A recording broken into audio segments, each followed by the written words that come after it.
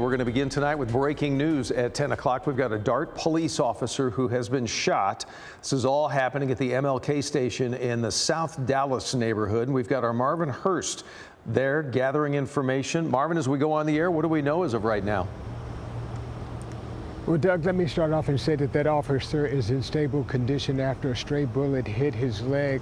I have tried to break this whole thing down into 3 pieces to hopefully make some sense for you all and make this easier to digest. I'm in part 1 at Meadow and South, and this is where the bullets, the stray bullets, could have come from. As a matter of fact, in the last few minutes, we've seen crime scene investigators put down those evidence markers. This is an apartment complex. Initially, I thought that this place didn't look like people lived here, but I went over and checked.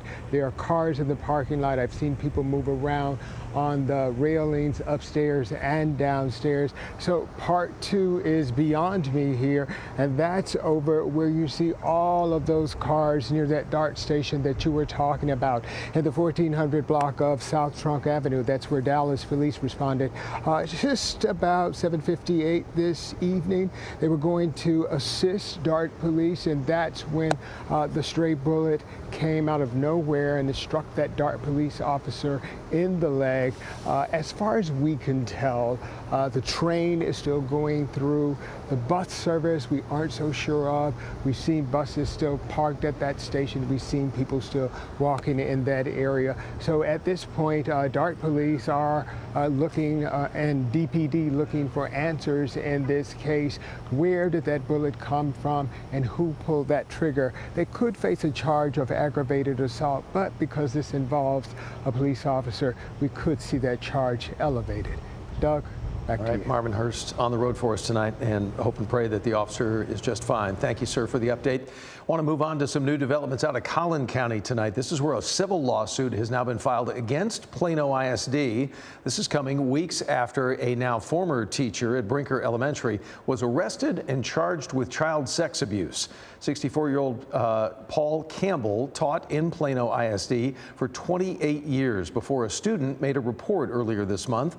Since then, investigators say at least 3 more children have come forward.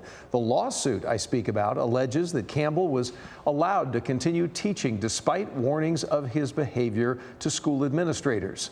We have reached out to Plano ISD for comment on this, and as of tonight, we are still waiting to hear back. Well, it's been nearly 2 weeks now since 19-year-old Army Private Isabella Gonzales of Carrollton was killed in Jordan, serving this country. Before the community says their final goodbye coming up this weekend, we found out that Jeep owners from across North Texas are all coming together to make sure that her family knows that they are not alone. Tonight, our Aaron Jones shows us how that will happen. For the Locos Jeep Club, honoring those who served means standing with the families they leave behind. Many of its members are veterans, making that mission personal. It's just to show respect, and and make sure that the family knows that the community is there for them. This Saturday, members of multiple North Texas Jeep clubs are expected to line part of Army Private Isabella Gonzales' funeral procession route near Prestonwood Baptist Church. Isabella Gonzales. Just a year ago, the 19-year-old Carrollton native graduated from Hebron High School before heading to basic training. On July 17th, she was killed during an Iranian attack on a U.S. military base in Jordan. As a veteran, I mean,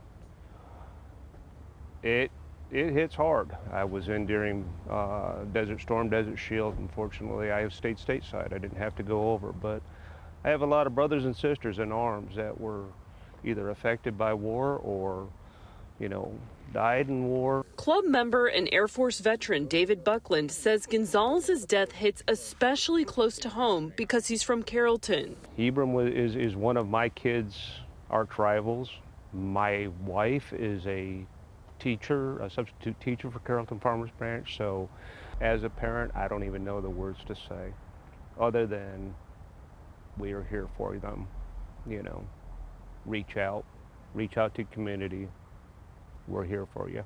When the Gonzales family drives by on Saturday and sees all of these Jeeps lined up, what impact do you hope that has on them? Hopefully the family realizes that the community, not only the community, but the Jeep community is there for them. The Locos Jeep Club says showing up during moments like these is what they do. We want to be there to support. In Dallas, Aaron Jones, CBS News, Texas. Did you hear about what happened during rush hour tonight? I can tell you crews are still dealing with a hot mess right now on Dallas North Tollway. That is a giant oven, believe it or not, blocking traffic. Southbound lanes near 635 LBJ. DPS telling us that that is a 34,000-pound oven. It will be a while before crews can finally reopen that area. They got a lot to deal with. DPS says the driver lost control of the load after hitting the 635 bridge. With all of that, fortunately, no injuries were reported. On to Crowley, where the school district there says investigators are looking into what led up to a pre-K student being left alone on a school bus. We're told it happened 1 week ago. The district says morning routes had ended and the school bus was left at the Durham transportation lot. We've also learned that the driver has been fired. The district says medical personnel did get there. They did check the pre-K student, but it is not clear how long that student had been left behind. On to First Alert weather tonight. Meteorologist Damian Lotus in for McKenna, and tomorrow it's a game of how high will it go? How high? Now you're talking the air temperature or the heat index, because yes and yes. Yes, absolutely, because both of those are going to be the highest we've seen so far this week. But there's going to be some good news, Doug, here as we head into the weekend. But overall, before we get to that good news, yes, I'm tracking one more day of oppressive heat here across North Texas. In the meantime, we had a relatively nice Thursday afternoon, pretty nice sunset right there. Even at 10 o'clock at night, we still have temperatures, look at that, 94 degrees at DFW. Whenever you factor in the stubborn humidity, it still feels like the upper 90s. Look at that, feels like 98 currently downtown Dallas. That's very hot. On radar, had a little bit of cloud coverage there across East Texas, some showers and storms across the lower Mississippi, but overall it's been dry and it's going to stay dry here as we head into tonight across North Texas. Lows tonight will be a mix of upper 70s to low 80s, so a very warm start here for your early Friday morning. But yes, Doug, I'm tracking the hottest day of the week, followed by some nice relief. I'll detail that updated First Alert forecast coming up. Okay, we appreciate the preview. Well, the heat often means more demand for power. We know that. But what about the whole data center thing? Power grid operator ERCOT in our state says that those centers are one of the biggest reasons that power demand here in the state of Texas could nearly double by the year 2032. ERCOT says there are also other factors to consider.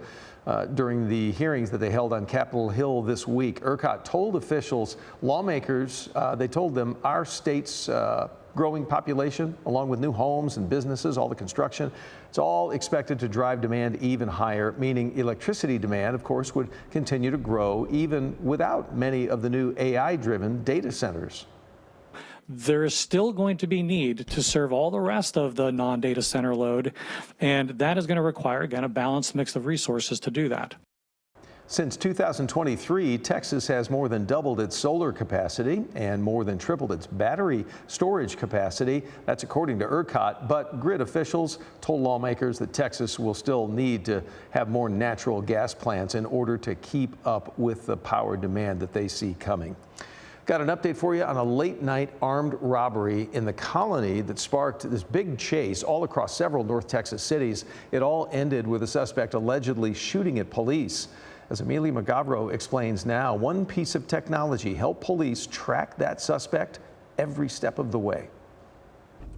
New surveillance video shows the moment police say an armed robbery turned into a multi-city manhunt. A black Jeep pulls up outside a business in the Colony just before 11:30 Wednesday night. Police say the driver points a gun at a group of men and demands money before they run away. Police identified the suspect as 34-year-old Ryan Druin, but investigators say the attempted robbery was only the beginning. According to the Colony Police Department, officers used nearby surveillance video to identify the Jeep's license plate, then entered it into the department's Flock Safety License Plate Radar camera system.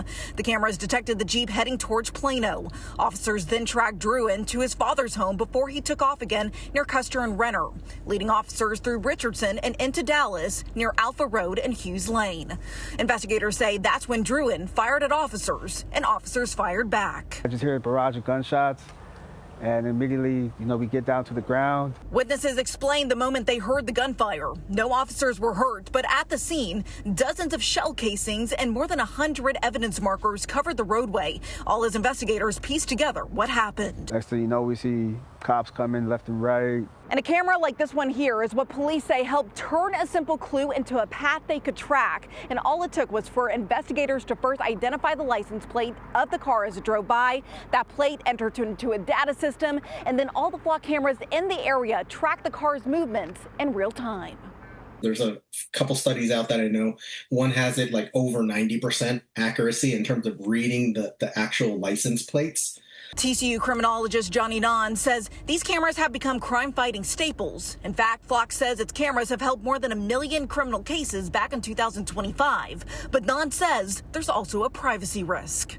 It is a very useful and powerful, robust tool. However, in my opinion, there should be some very strict guidelines on its usage. Court records show Druin was connected to more than a dozen other criminal cases over the past several years. Investigators say he was wounded during the encounter, but was hospitalized and has been booked into the Dallas County Jail.